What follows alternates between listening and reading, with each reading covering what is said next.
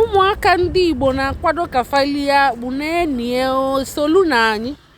Ọ dị mma, ọ dịrọ njọ.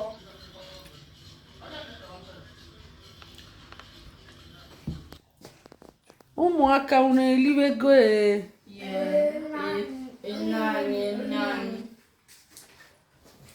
ndewo no. Ọ tụrụ ụtọ. Oke nwa ka isi bụ nri. Ọ tụrụ ụtọ. Papa nnekwu kedu ị na-elikwa?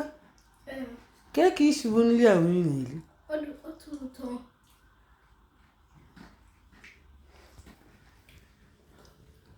Ebube Chukwu kedu? Ka isi bụ nri ị na-eli? Ọ dịrọ njọ. Ọ dịrọ njọ. Wow.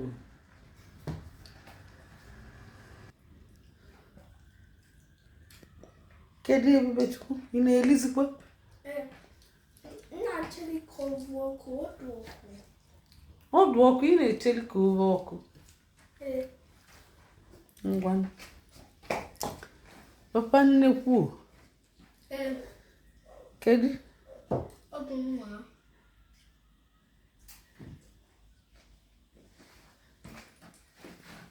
Oke nwa kedu nke na-eme ị na-elikwa? Kedu ka o si aga? Ọ dị mma, ishitere ọfụma. Isi gịnị papa? Ọ dị mma, nne m shitere ọfụma. Daalụ.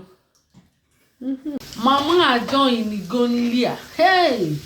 Ka anyị bido libezie okwu egusi ka anyị si mbọsị tata. Ya na okporoko.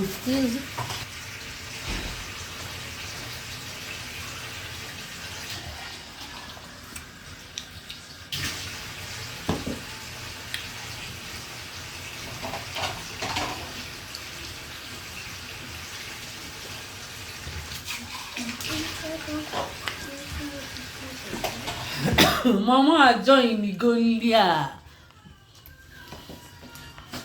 Ọ dị mma. Ebube Chukwu.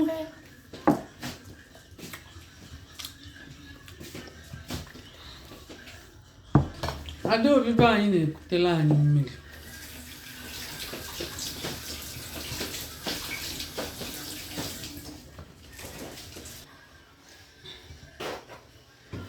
Ọ tụrụ ụtọ, ọ dị mma.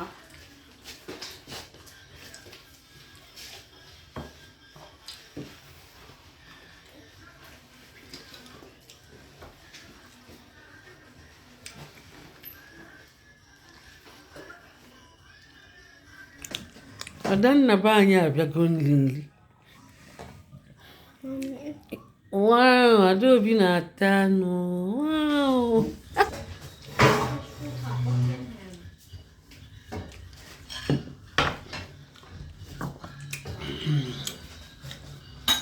Anyị na-eri nri ndị be anyị ndewo.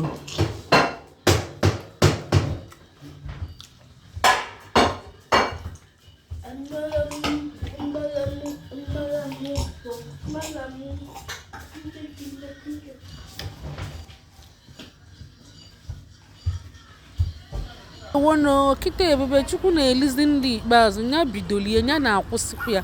Daalụ na ịmụta nwa sụọlụfe Igbo mee ka falie nri ndị Igbo ebe ọbụla fa nọ na ndewo nye na anyị akara ịfụnanya o ka emesịanụ.